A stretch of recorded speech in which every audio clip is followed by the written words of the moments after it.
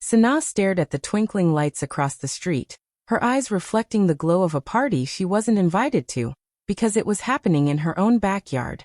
15 minutes earlier, her father, Hadi, had told her gently, "No party this year, sweetheart.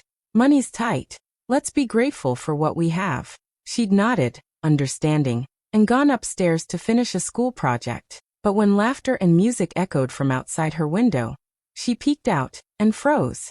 Her father stood in the yard, raising a toast with his friends, music blasting, tables covered with food, balloons floating. And at the center of it all was her half-sister, Zara, wearing the exact birthday dress Sana had dreamed of for months. Sana's voice trembled as she whispered to herself, "He said there was no money, just not for me." That night changed everything. Sana woke up that morning feeling hopeful, even though her father had said there would be no party this year. It was her 17th birthday, and she told herself it didn't matter. What mattered was that they were together as a family. Her father, Hadi, had looked at her kindly that morning and said, "Money is tight, sweetheart. We'll just have a quiet dinner tonight." She had smiled and nodded, understanding. She knew times were hard since her stepmother, Lena, had lost her job. Sana promised herself she wouldn't complain. That evening, as she worked on her school project upstairs, she suddenly heard laughter outside. Music started playing, and bright lights filled the backyard. Confused, she looked out her window and froze. There was a party happening right there in her own home. Tables were covered with food, balloons floated in the air, and people were dancing. At the center of it all stood her half-sister, Zara, wearing the same pink dress Sana had dreamed of for months.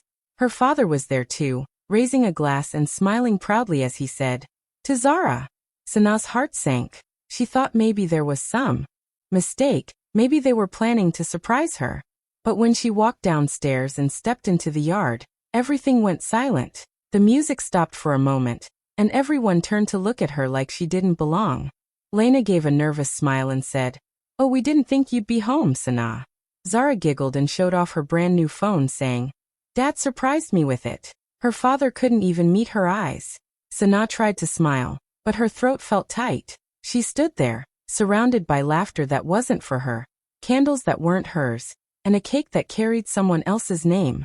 She felt invisible, like her birthday, her efforts, her love didn't matter at all. Slowly, she turned and walked back inside, her eyes burning but dry. In her room, she sat by the window, listening to the sound of celebration below. She imagined her own small cake, the one she never got, and whispered softly, "Happy birthday, Sana." Then she blew on her empty palms, pretending to put out invisible candles. Outside, the music grew louder, but inside her heart, something had changed forever. That night, she realized her father hadn't just forgotten her birthday. He had chosen someone else's happiness over hers. And that was a pain she would never forget. When Sana stepped into the yard, everything froze for a moment.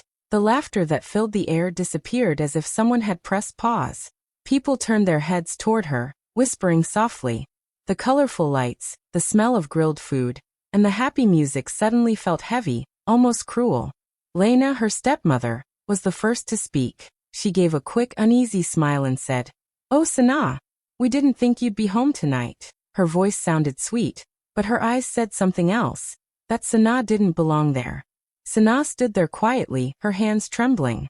Her father, Hadi, didn't say a word to her. He just looked away and awkwardly pulled Zara close, hugging her tight as if trying to cover the tension. Zara laughed, tilting her head to show everyone her new phone. "Dad surprised me with it. Isn't it beautiful?" she said, smiling proudly. Her friends cheered, clapping and taking pictures. Hadi smiled too, still avoiding Sana's eyes, as if pretending she wasn't standing right there. Sana felt her heart ache, but she didn't want anyone to see her cry. She forced a smile and said softly, "It's really nice, Zara." Her voice shook a little, but no one noticed. Everyone went back to laughing and dancing, pretending she had never walked in. The cake was cut, the candles were blown, and Zara's name echoed in the cheers. Sana stood near the door for a few seconds, then quietly turned around and walked back inside before anyone could see her tears. Upstairs in her room, she sat on her bed, staring at the moonlight shining through her window. The sound of laughter floated up from the yard, each voice reminding her that her father had chosen someone else's joy over hers. She looked at the calendar on her desk, where her own birthday was circled in red. For a moment, she wished someone would knock on her door and say, "We didn't forget you." But no one came. Sana pulled her blanket close, closed her eyes, and imagined a small cake in front of her. She cupped her hands around it and whispered, "Happy birthday to me." Then she took a deep breath and blew out her invisible candle. In that quiet moment, she promised herself one thing.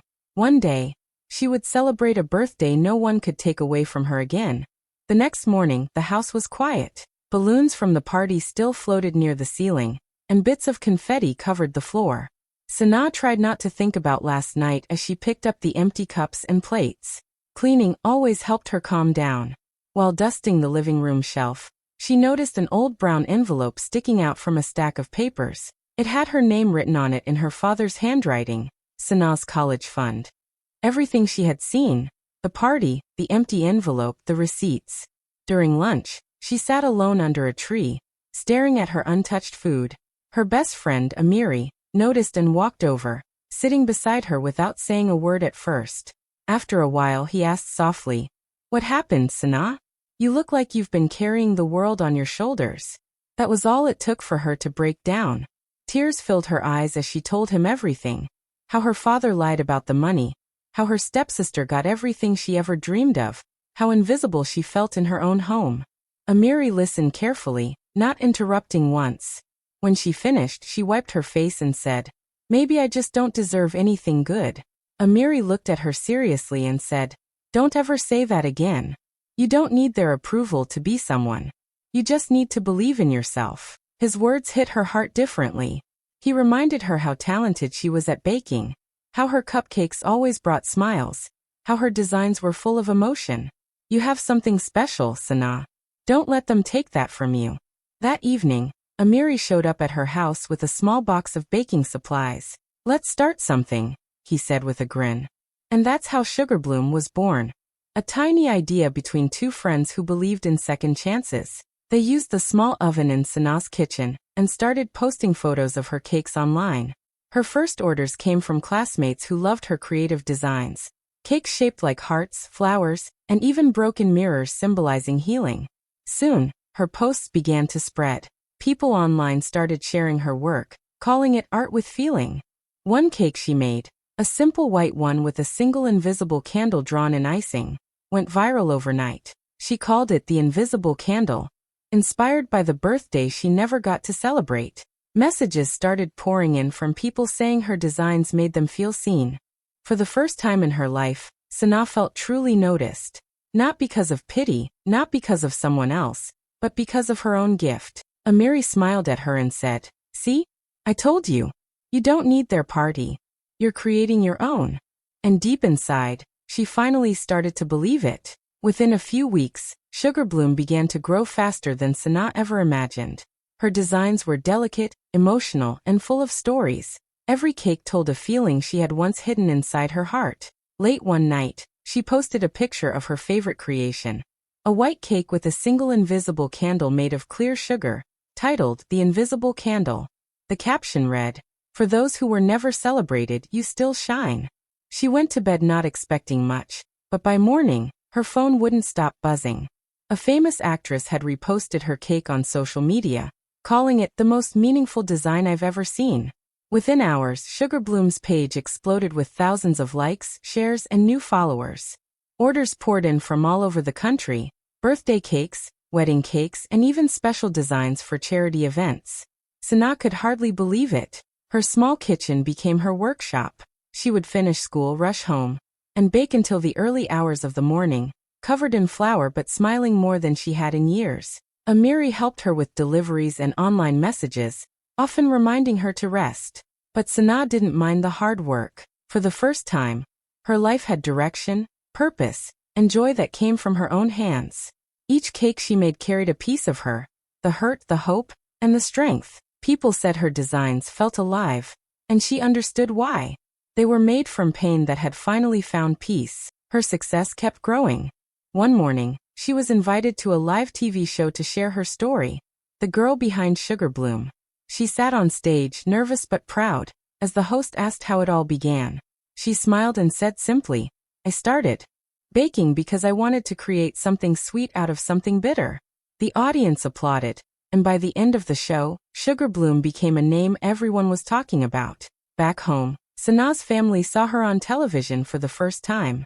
Her father sat quietly, his face unreadable. Lena, however, was quick to change her tone. She began telling neighbors, "I'm the one who taught her everything about baking. She got her talent from me."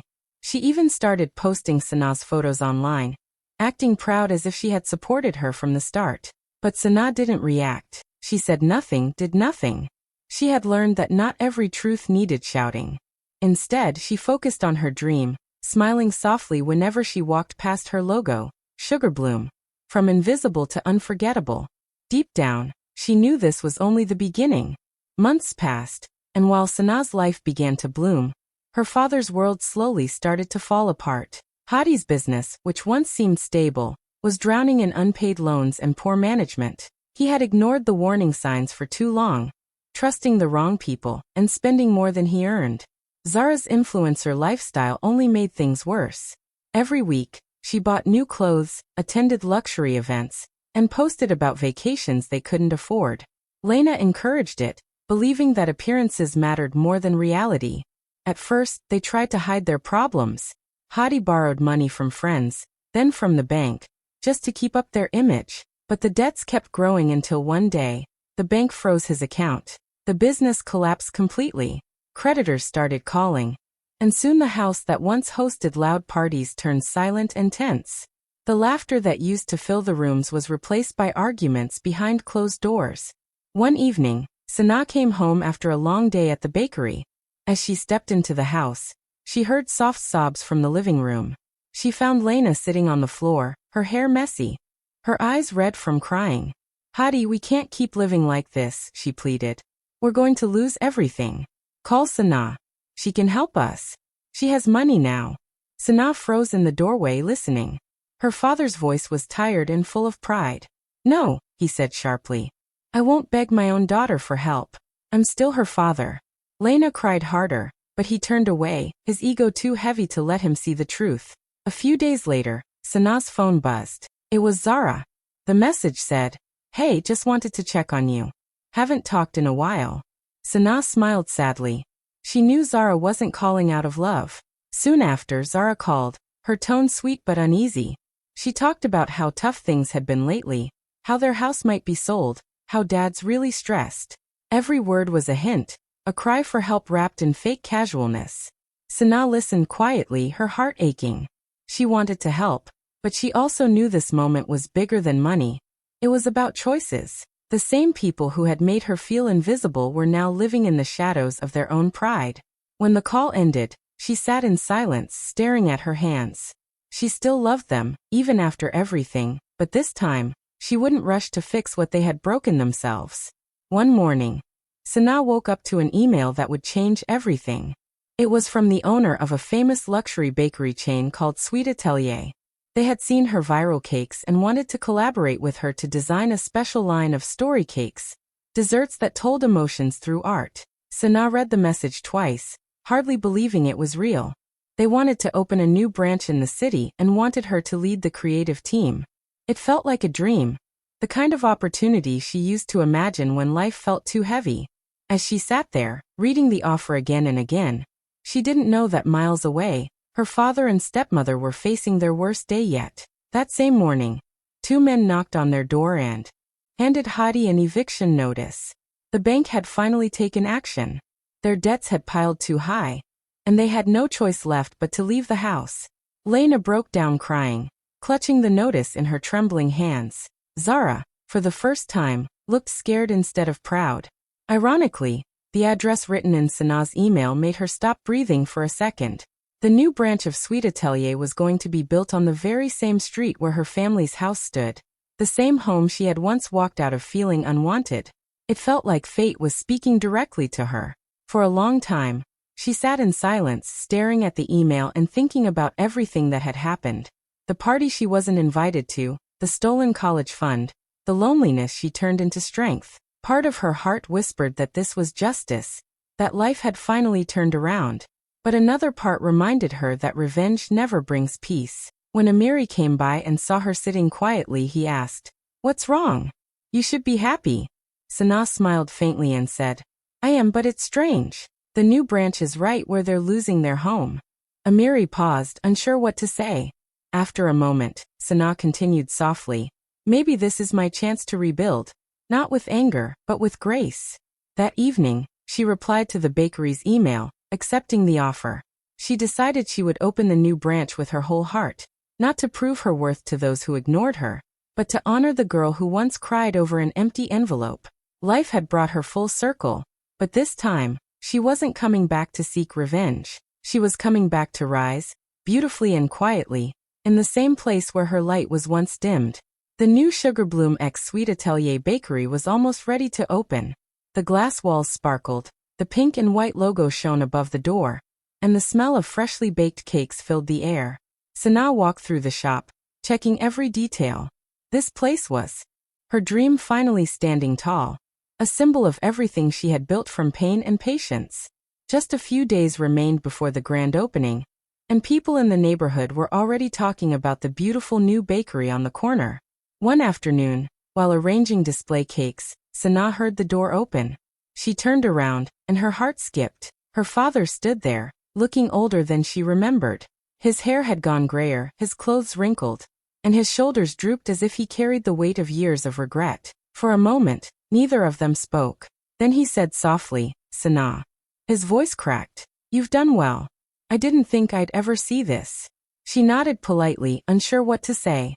He stepped closer, his eyes watery. "I failed you," he said. "I thought giving Zara everything would make me feel like a good father, like I was making up for my past mistakes. But I see now, I only broke the one person who truly cared for me." His words hung in the air, heavy and sincere.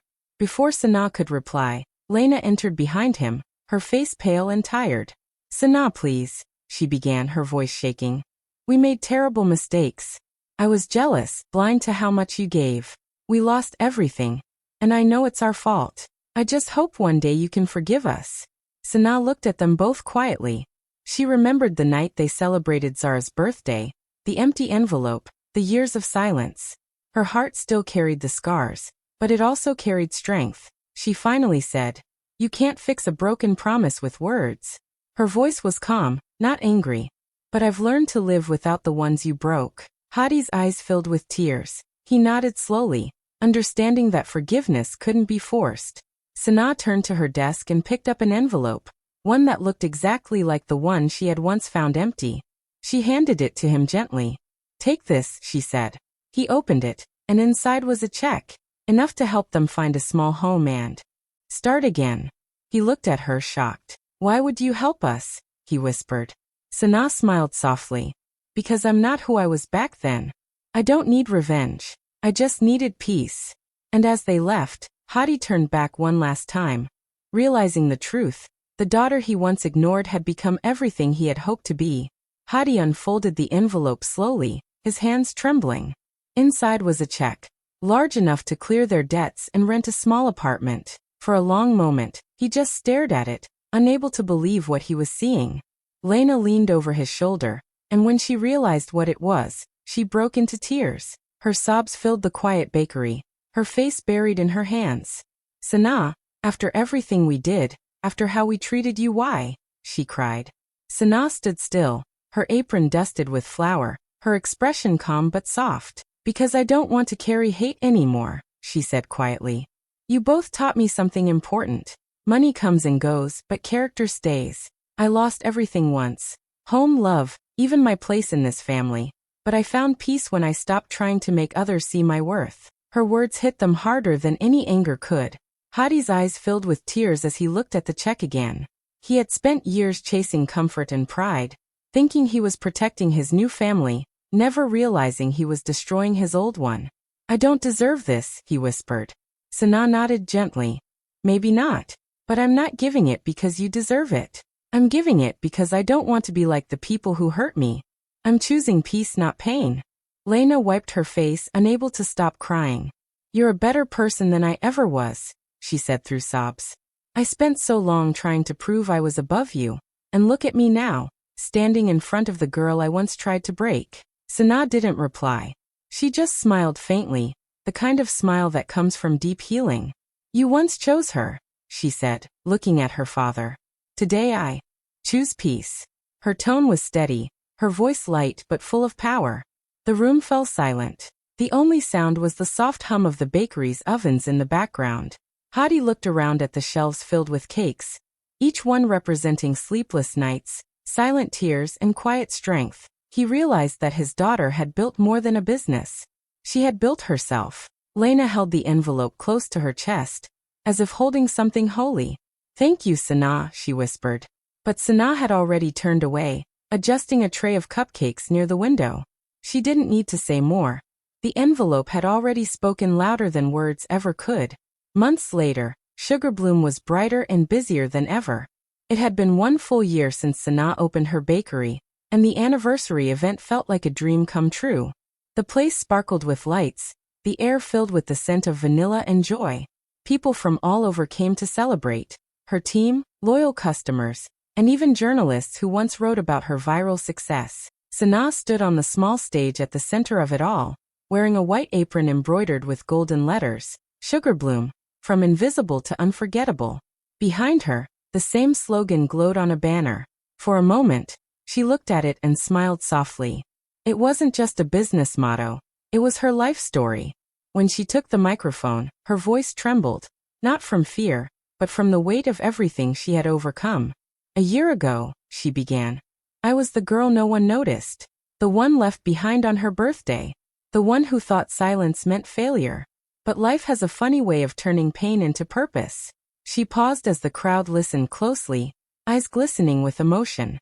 The people who once forgot my birthday, she continued, her tone warm and steady, gave me the reason to create my own celebration. Sometimes life says no party because it's saving you for the spotlight. The audience erupted in applause. Some clapped, with tears in their eyes. Others cheered, shouting her name. Sana placed her hand over her heart, feeling the warmth of every clap, every smile, every moment that brought her here.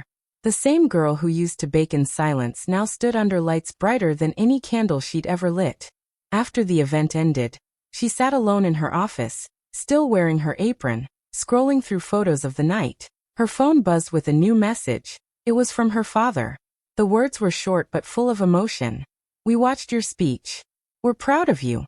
Sana stared at the screen for a long second, tears welling in her eyes. This time, they weren't from sadness. They were from peace. She typed back softly, Thank you, Dad. This time, I believe it. She set her phone down and looked out the window at the glowing Sugar Bloom sign. The streets outside shimmered with city lights, but inside her heart, there was an even brighter glow. The girl who once had no candles left had become the flame herself.